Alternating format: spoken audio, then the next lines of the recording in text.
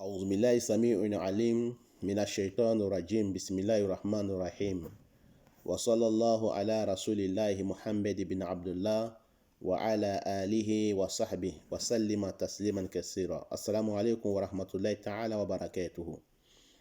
Chers frères et sœurs en islam, nous vous saluons avec meilleure des salutations. Nous demandons à Allah subhanahu wa ta'ala sa protection contre le Satan lapidé.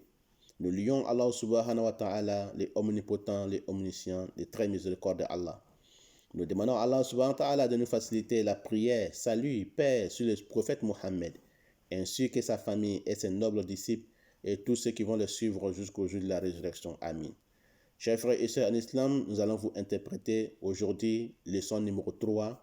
Partie 3, nous allons vous parler, leçon numéro 3 de notre interprétation des rêves selon l'islam, les rêves divergés. En arabe, on dit Ar-Ru'ya Mukhtalif. Ar-Ru'ya Mukhtalif. Donc, nous allons vous parler de l'interprétation des rêves selon l'islam, les rêves divergés. Celui qui voit dans son rêve qu'il a peur, il a eu peur ou il a peur, s'il voit qu'il a peur de quelque chose, et donc la chose est en face, et qui n'est pas en face de lui, mais il voit qu'il a peur de la chose. Il voit qu'il a peur de quelque chose qui n'est pas en face de lui. Donc ça parle de l'assurance dans sa vie, ça parle aussi de sakina dans sa vie, ça parle aussi de la protection dans sa vie, ça parle aussi de l'assurance totale et la confiance dans sa vie. Quand il voit qu'il a peur de quelque chose qui n'est pas en face de lui.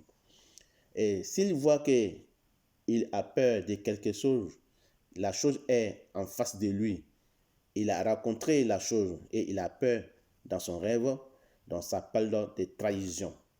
Ça parle aussi de sa maladie et ça peut parler aussi de ses problèmes, des soucis et ça peut parler aussi de son angoisse quand il voit qu'il a peur de quelque chose qui est en face de lui. Donc à la face que ce soit bonheur pour moi et pour vous et pour tous les musulmans dans ce monde de ci-bas et l'au-delà.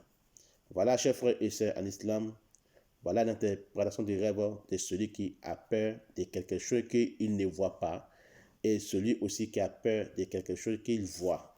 Donc s'il ne voit pas la chose, ça parle de l'assurance, de la protection, de la confiance. Ça parle aussi de protection contre tout mal et contre Satan, tous les satans et tous les démons et tous les ennemis. Et celui aussi qui voit qu'il a peur de quelque chose qui est en face de lui, qu'il voit la chose en face de lui, ça parle de la trahison, ça parle de sa maladie, ça parle de ses problèmes, ses soucis, ça parle de son angoisse.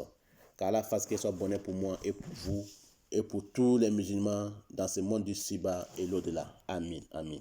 Voilà, chers frères et sœurs en islam, nous allons nous retrouver, Inch'Allah Ta'ala, très prochainement sur notre interprétation des rêves numéro 4 selon l'islam. Nous allons vous parler des maçons. Qu'Allah fasse que ce soit bonheur pour moi et pour vous. Amin. Wassalamu alaikum wa rahmatullahi wa barakatuh.